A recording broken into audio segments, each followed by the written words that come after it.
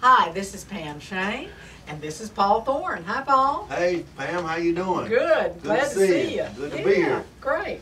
So I've got a question for you that is maybe a little old, but I'm going to ask it. You grew up in Tupelo, Mississippi.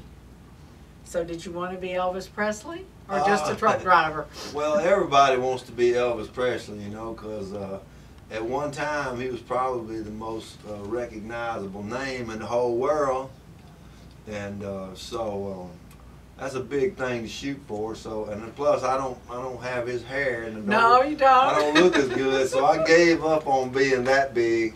I'm just trying to be successful the best I can. Nobody's ever going to be like that. That was a moment in time that'll never be repeated. You know, somebody blowing up like Elvis did. I think you really are right about that. It was very special and very strange. And you know, I live in Tupelo, and so many of the older people in that town, they knew Elvis personally, and some of them went to school with him and all this kind of stuff. But I actually know this one lady. She's an older lady now, but when she was young and in her prime, she tells the story of going into the jungle room when Elvis had the mansion in Graceland. And according to her and Elvis had relations in the jungle room. I see. So that's her Elvis story. That's a pretty good Elvis story. Yeah, I guess so.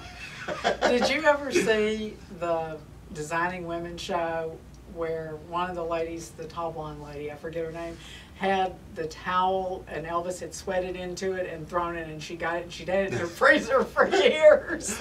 Well, I didn't see that one, but there's that doesn't surprise me. No. It does not surprise me. I mean, they sell little locks of his hair and all this kind of stuff. Yeah. Yeah, but he's the king, and you know he'll always be the king. That's it. I'm just going to be some kind of underling. Tell everybody what your Twitter address is. It's at Pimps Preachers.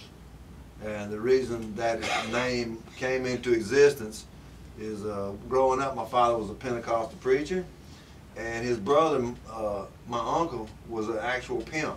And did your father let you spend time with your uncle? Yeah. My uncle, you know, he had a stable of women that was paying him, and I got to be around some of them women, and they taught me about the dark side of life. Yes, sir. And my daddy taught me about the bright side of life, and so that's why my music, it's a little bit of both. It's a little bit of holy and a little bit profane. Yes, sir. And you lead me right into something I was going to ask you. So thank you. When I listen to your music, I often have a smile on my face. It can be very humorous. It also can be really poignant and sad. Yeah. How do you accomplish that? You know, is that something you set out to do, or does it just happen because of your life? It just happened because of my life. You know, being a minister's son and being a nephew of a pimp, I learned one thing, is that nobody is all good and nobody is all bad. You know, and so that's what I try to write in my song.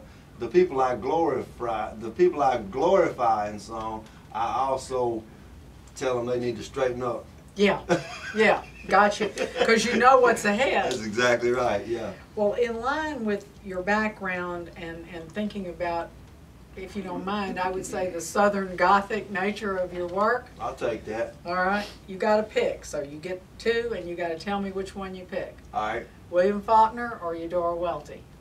William Faulkner. And that is why?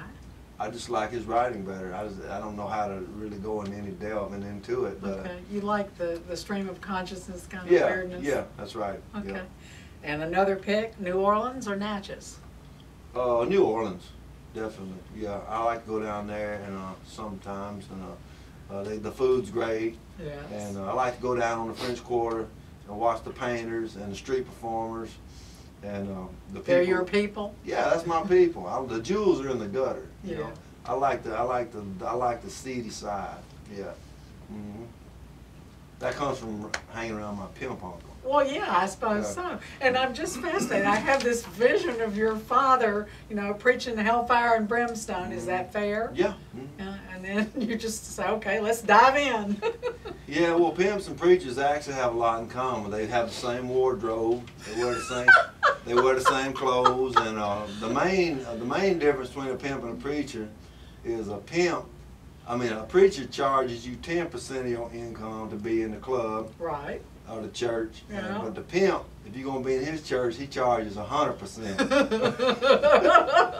But he has to because he has a smaller congregation. This is true. Yeah. This is true. Yeah, so it all works out. I just love that.